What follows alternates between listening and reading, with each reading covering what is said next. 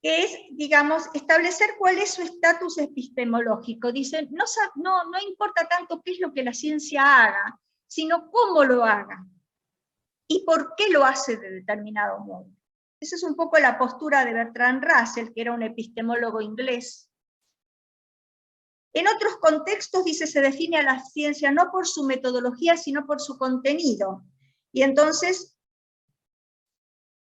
vamos a tener como que es científica la física, la química, la biología, dice, y según esta creencia, el contenido que nos proponen, ¿sí? Algunas teorías como las que tienen que ver con la alquimia, la astrología o la parapsicología, no serían ciencias. Otros utilizan los términos ciencia o científico como una manera de suponer que algo tiene valor, digamos, el hecho de decir, no, pero esto es científico, o la ciencia dice, es un modo como de darle realce a un tipo de conocimiento, como una garantía de objetividad, de precisión, de rigor, ¿no? Si lo dice la ciencia, entonces tiene que haber pasado por un montón de filtros, que entonces me permiten consulta, es el número garantizar 7 que está leyendo, ¿cierto? Sí. Perfecto, gracias. Y dice, por último, ciencia y científico frecuentemente son empleados como términos de aprobación, dice, epítetos que asociamos a lo que sea que queremos aplaudir. ¿Qué es un epíteto? Eso lo tendría que haber visto en una materia que se llama castellano. Y cuando se encuentren con ese tipo de dudas en un texto, hay otro recurso muy útil que se llama diccionario. ¿Sí? Un epíteto, yo se lo voy a decir ahora, es un calificativo que realza lo que ya está dicho. ¿Sí? La nieve blanca, ahí blanco es un epíteto, porque está realzando la idea que nosotros ya tenemos de nieve. No dice nieve y ¿qué vemos? Blanco. Bueno, nieve blanca, blanca ahí funciona como un epíteto, porque está actuando como un realce de lo ya expresado.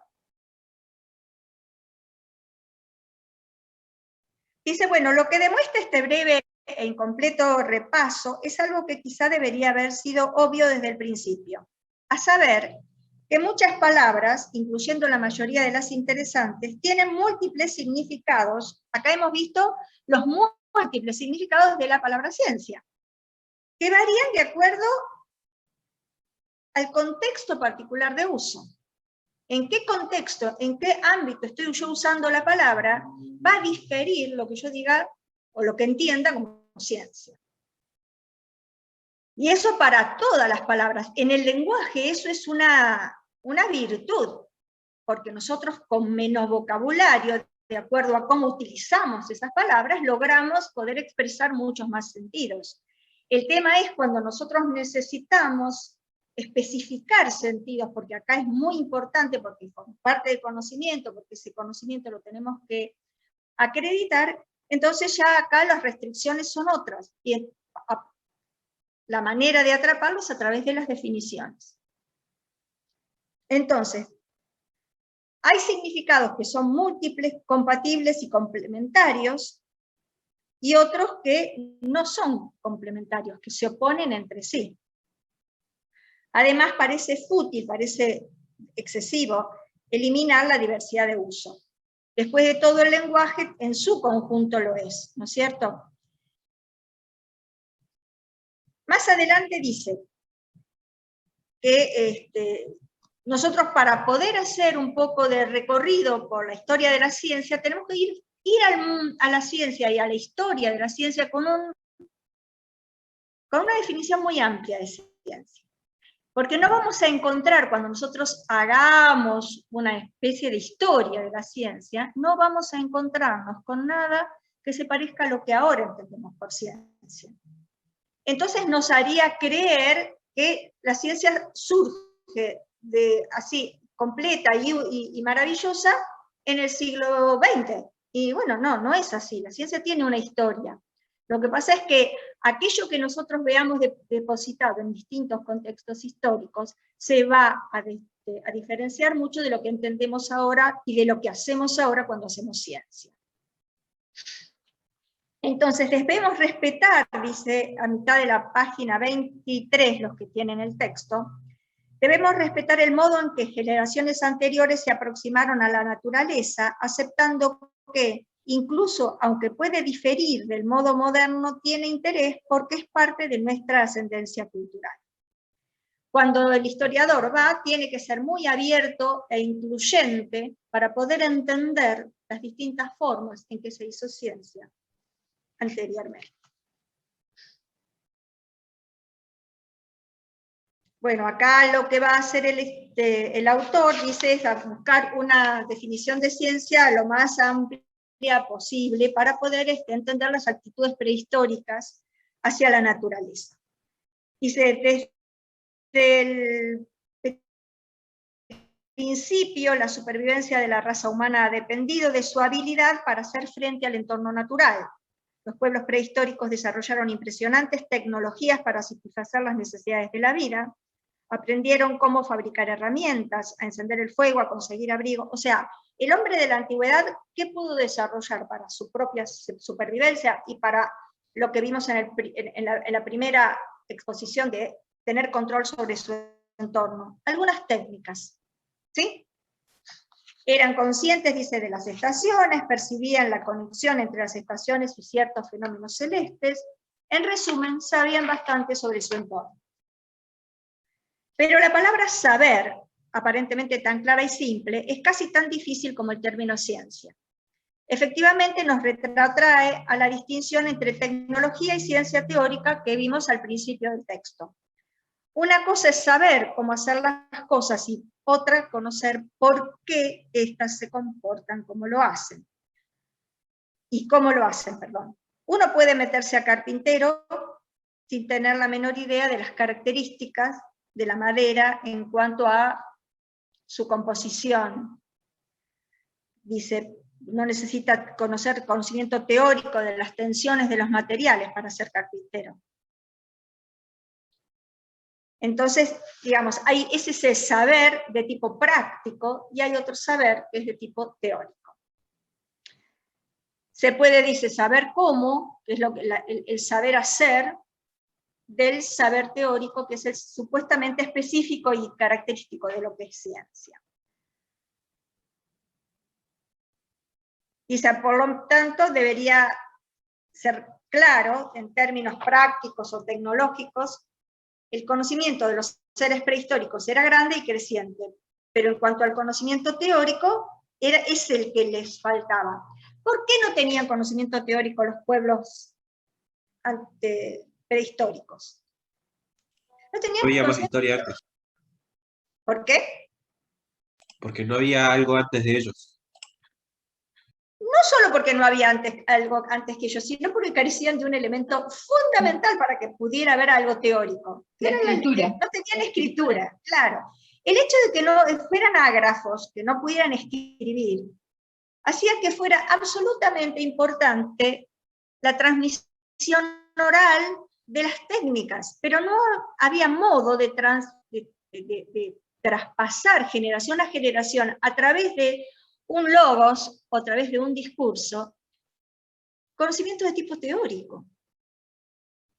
Era materialmente imposible. Era materialmente imposible hacer un listado, aparte no existía la idea de un listado como para ver regularidades, observaciones celestes. Hasta que no se pudieron anotar, no sabían nada. No es que no miraran al cielo, pero cada vez era una vez nueva. No había nada posible de comparar con una mirada anterior. Ya estaba perdida. Las culturas orales son muy dúctiles, varían permanentemente porque el relato varía. Si nosotros mismos contando una situación que nos pasó a 3 personas distintas, hacemos 3 relatos distintos. No porque le queramos cambiar la historia, sino porque nos surge de un modo distinto. Entonces las culturas ágrafas no podían tener más que traspasarse conocimientos de tipo práctico Y básicamente era práctico en el sentido de la conservación del propio status quo y de los establecimientos, digamos, de lugares de poder dentro de la colectividad y dentro de la comunidad. Guardaban el orden. Los primeros relatos, que eran relatos donde se pasaba de generación a generación el modo de hacer determinadas cosas, para que todos lo hicieran del modo correcto para esa comunidad, era bueno porque era exitoso, no porque fuera el mejor, sino porque era el habitual. Y además lo que hacían era justificar cómo estaba organizada esa comunidad. El jefe era el jefe porque, bueno, porque la tradición lo decía y porque siempre había alguna historia mítica, o no, que lo justificara como tal. Entonces, bueno, esas narraciones cumplían varias funciones. Funciones de tipo práctico en cuanto a la vida cotidiana y funciones de tipo social. El que era el brujo tenía que tener alguna experiencia especial, ¿no? Y a través de la fluidez de esa tradición oral se iba justificando, ¿no? Dice, la función primaria de la tradición oral es práctica, consiste en explicar y de este modo justificar la estructura y el estado de la comunidad, el estado presente, proporcionándole un estatuto social en continua evolución. ¿Cuál era el contenido de esas tradiciones orales? Parte del contenido que tratan de la naturaleza del universo, o sea, hablaba de la cosmología. ¿Qué es la cosmología? No lo buscaron en el diccionario, tienen que ir al diccionario para entender los textos. Si no entienden lo que dice el texto en cuanto a estas cuestiones, no lo terminan de comprender en su totalidad. Es el conocimiento basado en los astros. Sí, pero es una parte especial. Hay dos tipos de conocimiento que el mundo antiguo tiene basado en los astros. Eso está bien. Uno es la cosmología, que sería la parte de la astronomía que estudia las leyes generales, del orden cósmico, y también la evolución del universo. Y hay otra parte que es la cosmogonía, que también estudia los astros, pero más desde el punto de vista de una especie de justificación de tipo más astrológico. Lo que a nosotros nos interesa es la cosmología.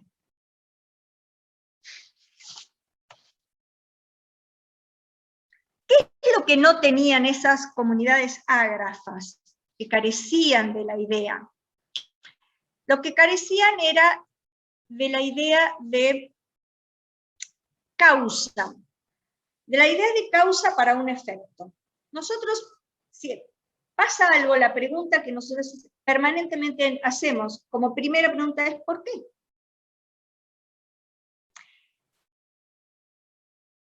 En esas tradiciones, el por qué no tenía mucho sentido, porque no tenían esta idea de leyes de la naturaleza, de que las cosas pasaban de un determinado modo y que eran generales, sino que la pregunta era más hacia lo particular, lo que trataban de explicar era lo individual.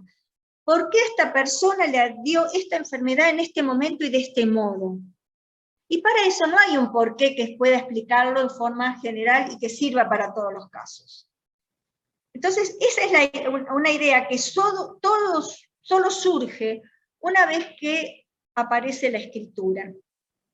En general, las tradiciones orales representaban más el universo como un todo, constituido por la tierra, el cielo, un submundo, pero no tenían grandes explicaciones que fueran puntuales para lo cotidiano, porque estaban muy atadas a la memoria, entonces no podían tener conocimientos que ahora nosotros consideraríamos de tipo teórico, que es lo que venimos mostrando desde el principio. Como que ellos se basaban en la creencia, profe, también, ¿no? Sí, se basaban en la creencia, pero en determinadas creencias que eran creencias específicas de cada comunidad. Digamos, no había creencias como nosotros nosotros ahora estamos en una situación, por ejemplo, de pandemia, donde en todo el mundo se entiende lo que está sucediendo de un solo modo, que es el modo que la ciencia médica y biológica nos permiten en este momento. Y creemos que esa es la manera de abordar el problema. En las comunidades ágrafas, y sobre todo las comunidades primitivas, que son las que estamos tratando de empezar a entender para ver de dónde después surge la ciencia tal como la conocemos hoy, las respuestas eran para ese grupo, para esa comunidad. No había ningún tipo, digamos, de pretensión de una mayor comprensión de las cosas. La comprensión era la comprensión del caso. ¿Se entiende? Espero que sí. Esto en la presencialidad es más fácil, chicos. Sí, se entiende. Bueno. Profe, pregunta antes de que siga, ¿en qué parte del texto está? Porque en un momento me perdí y no le pude agarrar el hilo después. Estoy perdida en la página 30. Ah, no, yo estaba en la 24. Olvidé. No, lo que pasa es que hay algunas partes que son de fácil comprensión, me parecía que no tenía mucho sentido detenerme en partes del texto que creo que ustedes la pueden entender solos. Si no las entienden solos, pregunten. Yo, digamos, ¿cuál es el trabajo que yo intento hacer con los textos? Yo tomo el texto e intento leerlo encontrando aquellas cosas que yo necesito después que ustedes tengan claro para el desarrollo de la materia. Lo cual no quiere decir que mis necesidades coincidan con las que ustedes van experimentando a lo largo de la lectura. Lo ideal es que se comprenda todo el texto. Si hay algunas cosas del texto que ustedes no entienden y que yo no expliqué, para eso nos reunimos, para el momento de la pregunta. Y hay una cosa que tienen que también tener claro, que los textos que nosotros trabajemos, los textos filosóficos, epistemológicos, va a ser muy difícil, por favor, va a ser muy difícil que los entiendan todos. No va a haber, siempre va a haber algo en el texto que a uno le quede un poquito incomprendido. Y eso nos pasa a todos. Es algo que nos pasa a todos cuando leemos textos filosóficos. Son difíciles. Entonces, siempre nos va a suceder que haya cosas que nos cueste entender y algunas otras, cada vez menos y cada vez más específicas, que no entendamos cabalmente. Me pasa a mí ahora cuando me siento a estudiar yo los textos que tengo que trabajar en algunas asignaturas o en algunos ámbitos de la filosofía. Y no los entiendo cabalmente y tengo que seguir trabajando el texto, preguntándole al texto qué cuerno me quiere decir. ¿Sí? Bueno, en la página 30 dice, habla de los relatos de los orígenes que están, dice, relacionados con las genealogías de los dioses, reyes y otras figuras heroicas del pasado de la comunidad. De ese modo van generando la idea de comunidad, de tener un pasado en común. Eso es lo que les sirve a estos pueblos más originarios, primitivos desde el punto de vista de que son antiguos nada más, para sentirse parte. Entonces, ¿qué es la genealogía? Es el orden, ¿no?, del conjunto de los antepasados. Eso se llama genealogía. Y dice, es importante notar que en tales relatos históricos el pasado se representa no como una cadena de causas y efectos, no estaba esa idea, que produce un cambio gradual, sino como una serie de eventos decisivos, aislados, y por los que surge así el orden presente. Profesora. Además, los relatos estos míticos, originarios, genealógicos, tienen la cualidad de que pueden ser contradictorios. Ellos no tenían ningún problema en que tuvieran varios mitos originarios, varias formas de explicar la genealogía, y que fueran incompatibles entre sí. aceptaban la contradicción. Una historia decía una cosa de ese pueblo y otra historia decía otra. Y no pasaba nada. Estaban las dos. ¿Sí? Es como si nosotros actualmente nos pusiéramos a comparar el hecho de que puede haber mucha gente, sea religiosa, y que transita por distintos relatos de acuerdo a la religión a la que pertenece. Háganse esa idea cuando uno habla o piensa en tradiciones distintas, ¿no? La diferencia es que ahora cada tradición tiene un solo relato. Yo no tomo el relato de una y otra y otra y otra, pero sincrónicamente hay varios relatos posibles. En ese momento, además de ser sincrónicos y poder ser contradictorios, eran todos aceptables y aceptados. Entonces, bueno, acá muestra un ejemplo de una cultura oral antigua, que era la de los Cuba, de África ecuatorial, según los cuales, esa es una cultura, como bien dice, oral, dice que en Boom, o el agua original, tenían 9 hijos, todos llamados Woot, que a su vez crearon el mundo. O sea, esto es una narración de una genealogía. Fueron, al parecer en orden de aparición, Woot el cavador, que cavó los lechos de los ríos, excavó y elevó las colinas, Woot el fluyente, que hizo las corrientes de los ríos, el Woot que creó los bosques y las sabanas, el Woot que creó las hojas, el Woot que creó las piedras, Woot el escultor, que formó personas a partir de bolas de madera. Ahí tenemos un mito creacionista respecto del hombre. Woot el inventor de las cosas espinosas, tales como los peces, las espinas y las palas, y Woot el afilador, que dio el primer filo a las cosas afiladas.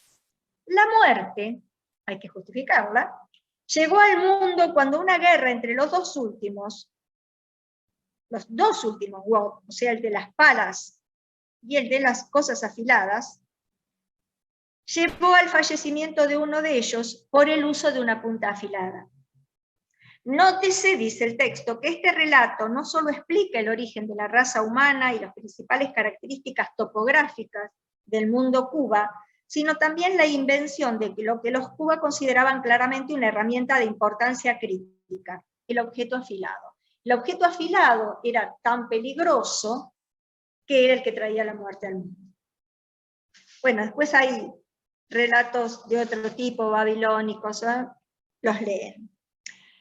A mitad de la página 31 dice, será conveniente detenernos un momento en las artes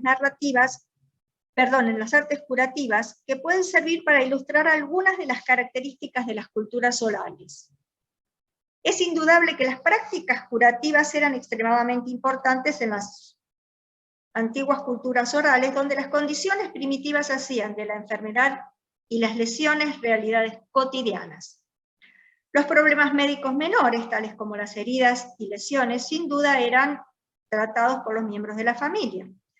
Las dolencias más preocupantes, heridas importantes, huesos rotos, enfermedades graves e inesperadas, podían requerir la asistencia de alguien con un conocimiento y pericia más avanzados. De este modo surgió un cierto nivel de especialización médica. Algunos miembros de la tribu del poblado llegaron a ser conocidos por su habilidad en la recolección de hierbas, su capacidad para encasar huesos, acá sería como encasar en el sentido de volver a poner a su lugar, ¿no? O en el tratamiento de las heridas o su experiencia en la ayuda al parto. Pero así descrita, la medicina primitiva practicada en las sociedades ágrafas suena claramente como una versión rudimentaria de la medicina moderna. Esto sería un error, entender la medicina primitiva desde una perspectiva de este modo. Una mirada más cuidadosa revela que las artes curativas en las culturas orales es inseparable e indistinguible de la religión y de la magia. La mujer sabia o el hombre medicina eran valorados no solo por su habilidad farmacéutica o quirúrgica, sino también por su conocimiento de las causas divinas o demoníacas de la enfermedad y de los rituales mágicos y religiosos mediante los cuales podía ser tratada. Si el problema era una astilla, una herida, un sarpullido familiar, una dolencia digestiva o un hueso roto, el sanador respondía del modo obvio, sacando la astilla, vendando la herida.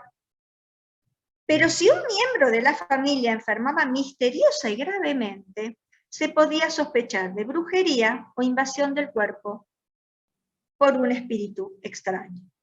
En tales casos se requerían remedios más drásticos: exorcismos, adivinación, purificación, cantos, encantamiento y otras actividades rituales. ¿Sí? Bien distinto a lo que nosotros entendemos hoy por una intervención médica. Hay una última característica de las culturas orales, tanto antiguas como contemporáneas, porque tengan en cuenta que sí tenemos todavía sociedades ágrafas que coexisten con nosotros, que demandan nuestra atención, a saber, la aceptación simultánea de lo que nos parecen alternativas incompatibles sin conciencia aparente de que tal conducta puede presentar un problema. Los ejemplos son innumerables, bueno, en lo que decíamos hace un rato, de que aceptaban distintos mitos creacionales o genealogías diferentes, incompatibles entre sí, sin que eso representara un problema. De acuerdo con una historia, había pasado una cosa y teníamos un resultado hoy. De acuerdo con otra historia, otra, y teníamos otro resultado hoy.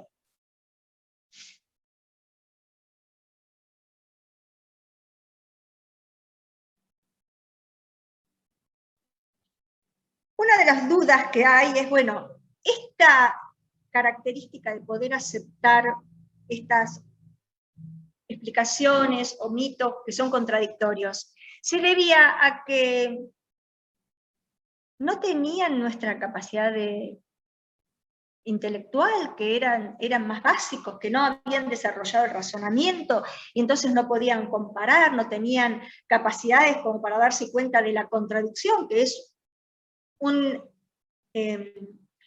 una capacidad lógica. Entonces eran prelógicos. Bueno, ese es un tema que está siendo muy estudiado por los antropólogos, todavía es complejo, no se han puesto de acuerdo, pero lo que dice el autor es que por lo menos lo que puede ofrecer es un consejo metodológico, o sea, nos dice cómo actuar. Según él, es desperdiciar esfuerzos sin contribuir absolutamente en nada a la causa de la comprensión, el perder el tiempo pretendiendo que las personas ágrafas emplearían o habrían empleado una concepción y criterios de conocimiento que ellas nunca han encontrado, una concepción que en el caso del hombre prehistórico no fue inventada hasta siglos más tarde. Digamos, ¿cuándo se crea la lógica como ciencia o la matemática como ciencia ordenada? Recién para nosotros occidentales en el siglo V a.C.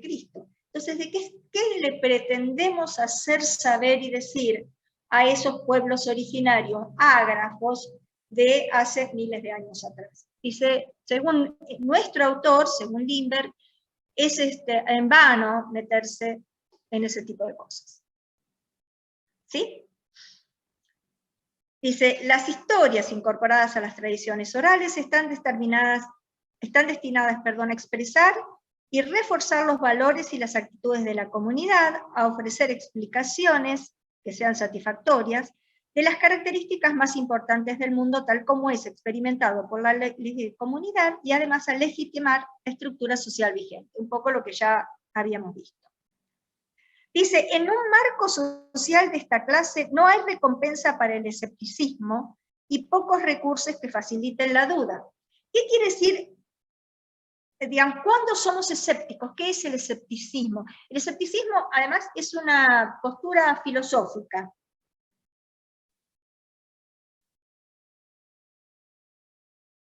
Que dice que no hay ningún saber, ni puede encontrarse nunca ninguna opinión que sea segura.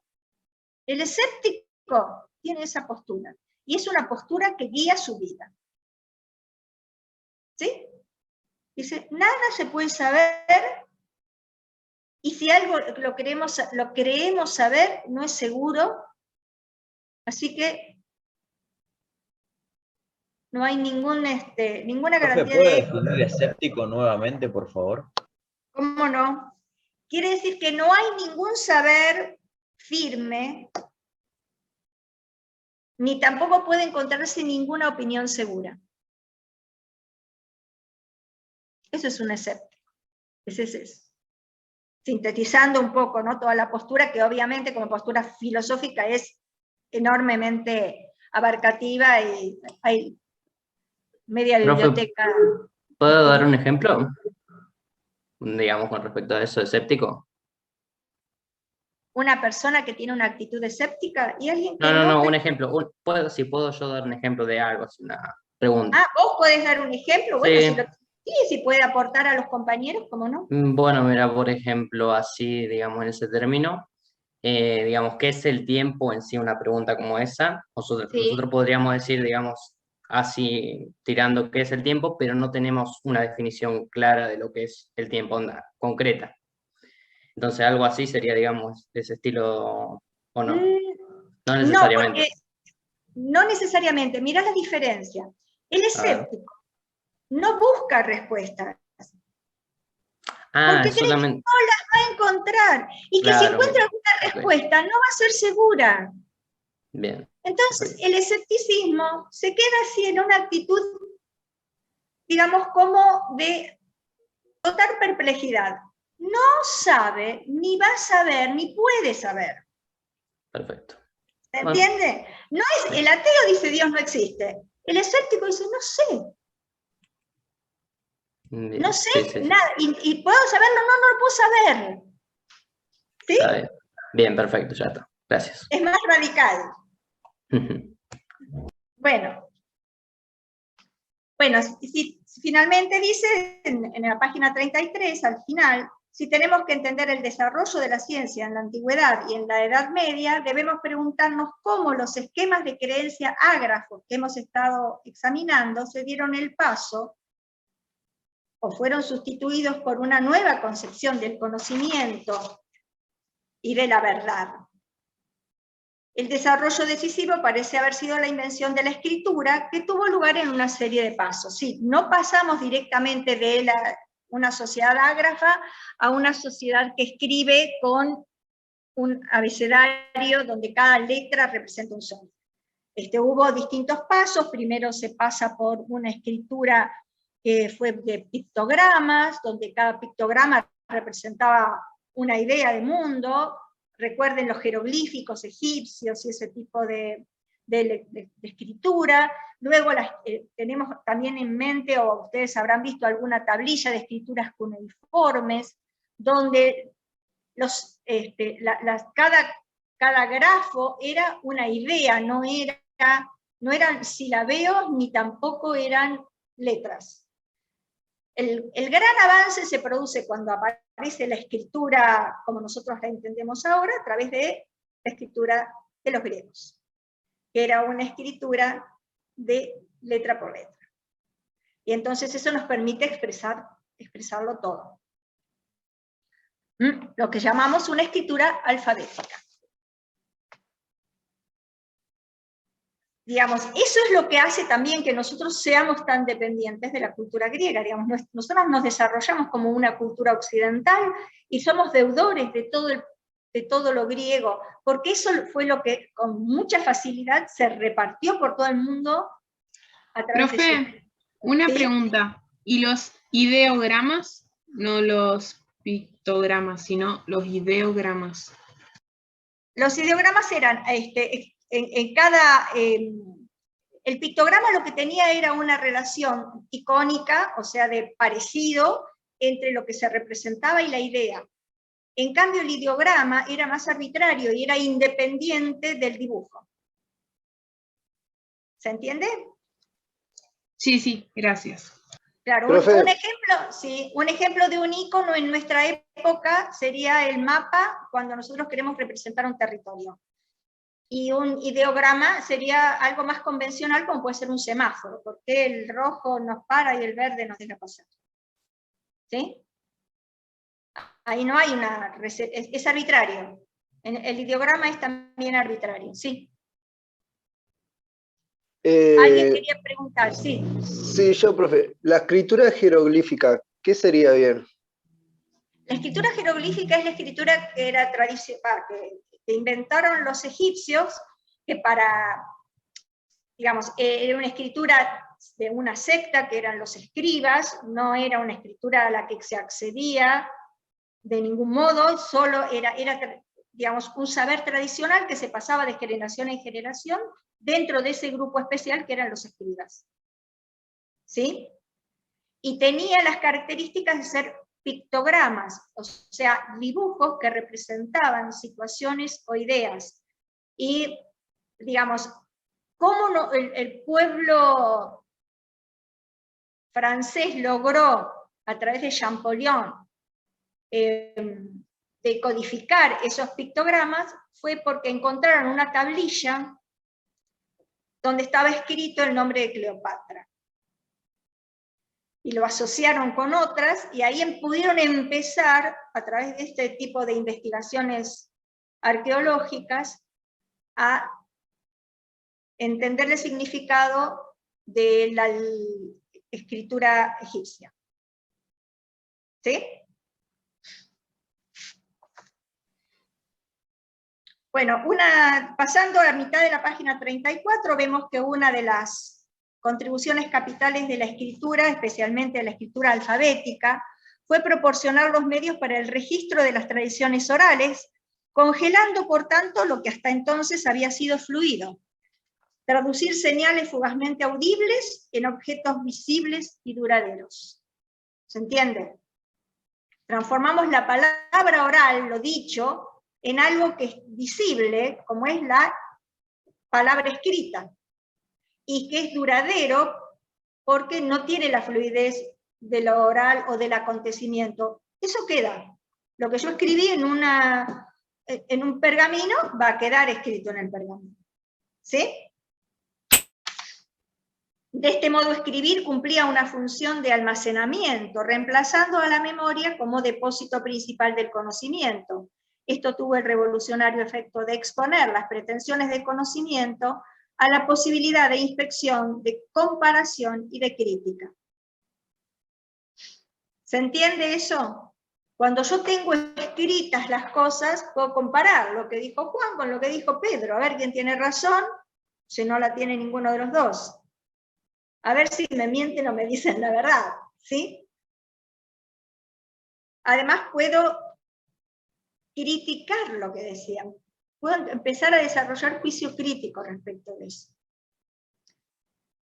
Dice, tal comparación estimula el escepticismo y en la antigüedad ayudó a crear la distinción entre la verdad y el mito o la leyenda por otra. Digamos, una vez que nosotros tenemos algo escrito respecto de un acontecimiento, podemos ver si eso que está escrito es verdadero, puede responder a algo del mundo, o si es una creación narrativa humana atravesada por creencias de las cuales no se puede dar cuenta. ¿Sí?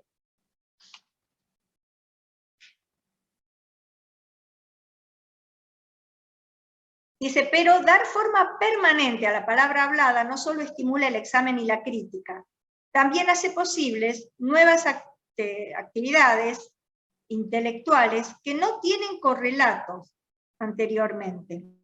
Para dar un ejemplo, las listas de observaciones celestes precisas reunidas por los primeros babilonios nunca hubieran podido ser reunidas y transmitidas en forma oral. Su existencia por escrito, que permitía examinarlas minuciosamente y compararlas, hizo posible el descubrimiento de intrincados esquemas en los movimientos de los cuerpos celestes que nosotros asociamos con los inicios de la astronomía matemática y de la astrología. ¿Sí?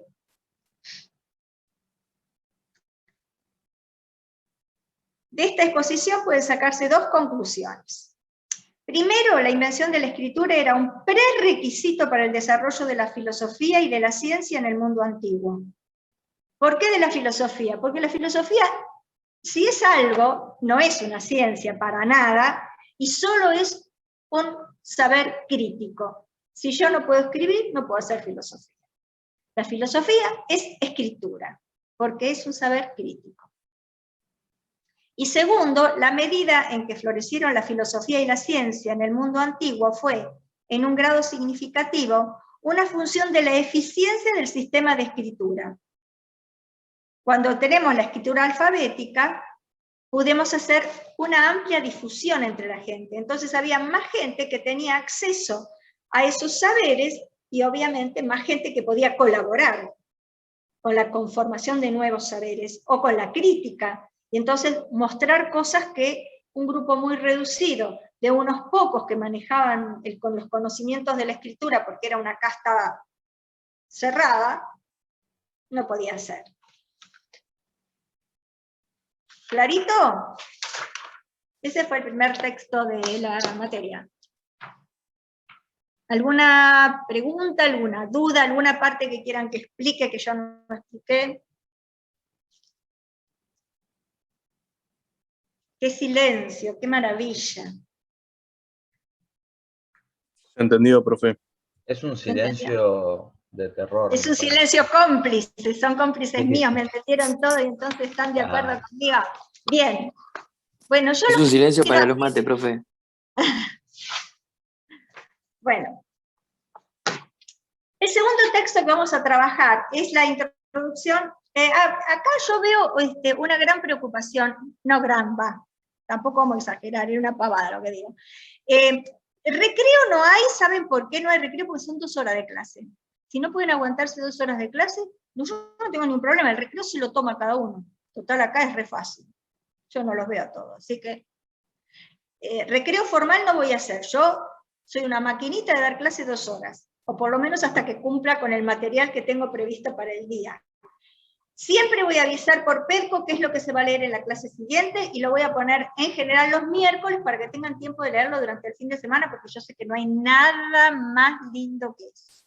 Por otro lado, no voy a tomar asistencia. Estamos en la universidad.